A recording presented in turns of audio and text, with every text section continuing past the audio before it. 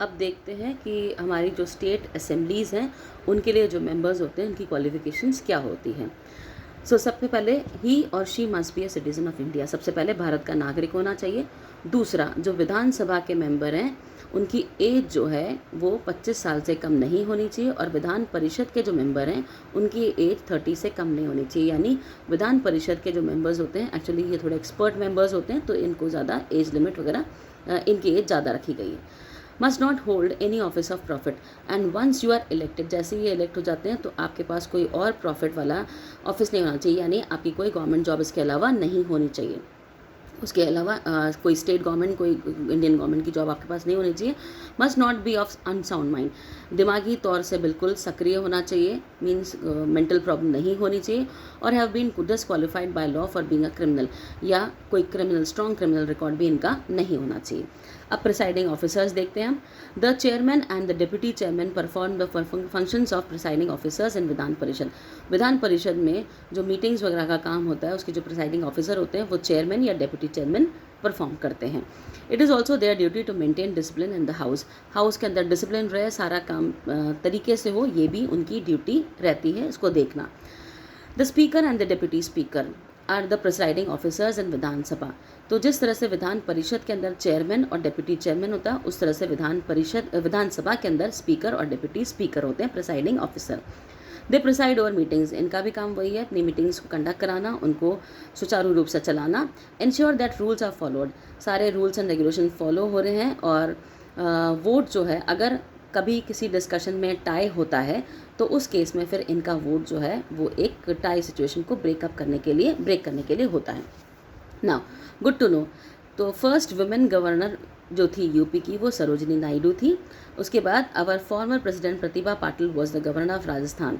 जो प्रतिभा पाटिल जो हमारी पुरानी प्रेसिडेंट हुआ करती थी, ये राजस्थान की गवर्नर थी 2004 से 2007 के बीच में। अब देखते हैं स्टेट एग्जीक्यूटिव क्या करता है। We know that government in the state are similar to that of the centre, जिस तरह से सेंट्रल गवर्नमेंट होती है वैसे स्टेट की गवर्नमेंट भी होती है।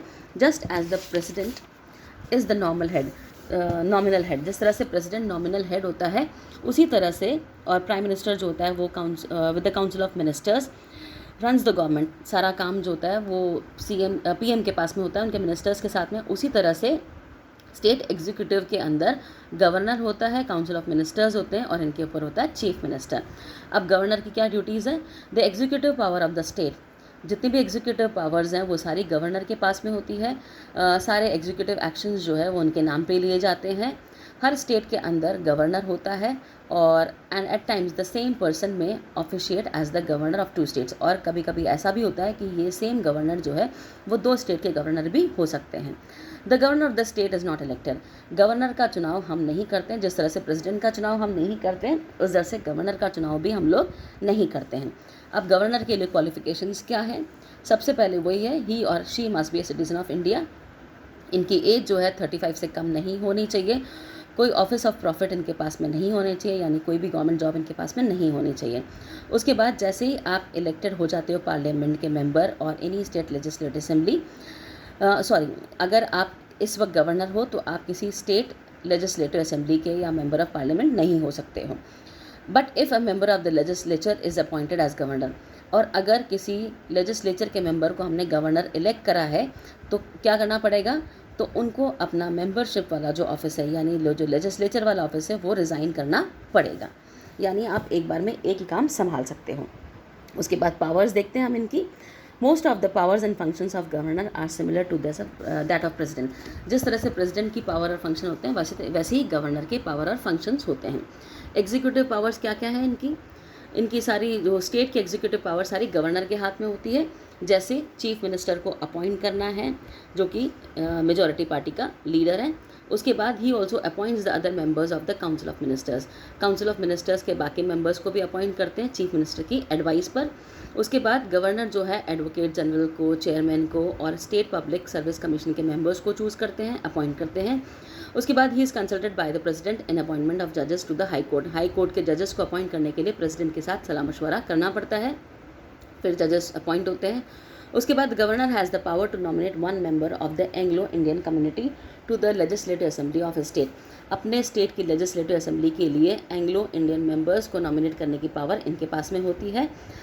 Governor can nominate persons having special knowledge, उसके अलावा स्पेशल नॉलेज वाले जो पर्सनस हैं, जैसा हमने देखा था लिटरेचर, साइंस, आर्ट वाले, सोशल साइंस, ये सारे मेंबर्स को गवर्नर ही नॉमिनेट करते हैं।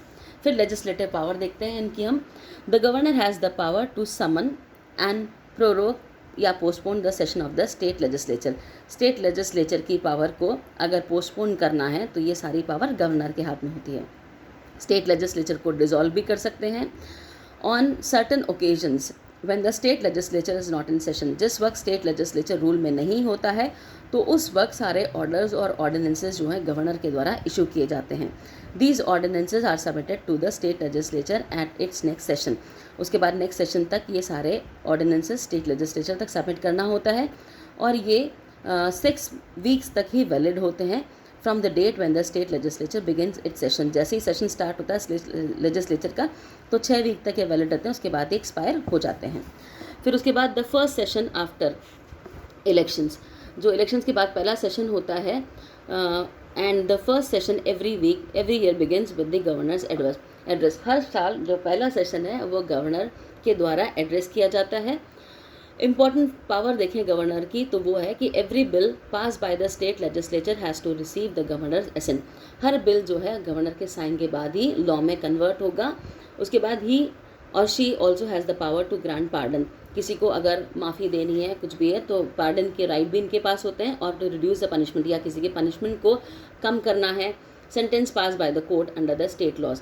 कोर्ट ने जो भी सज़ा दी है अगर इनके पास अपील आती है तो ये उसको वापस से माफ़ी के लिए कर सकते हैं या फिर उसकी पनिशमेंट को रिड्यूस कर सकते हैं। ये पावर इनके पास में होती है।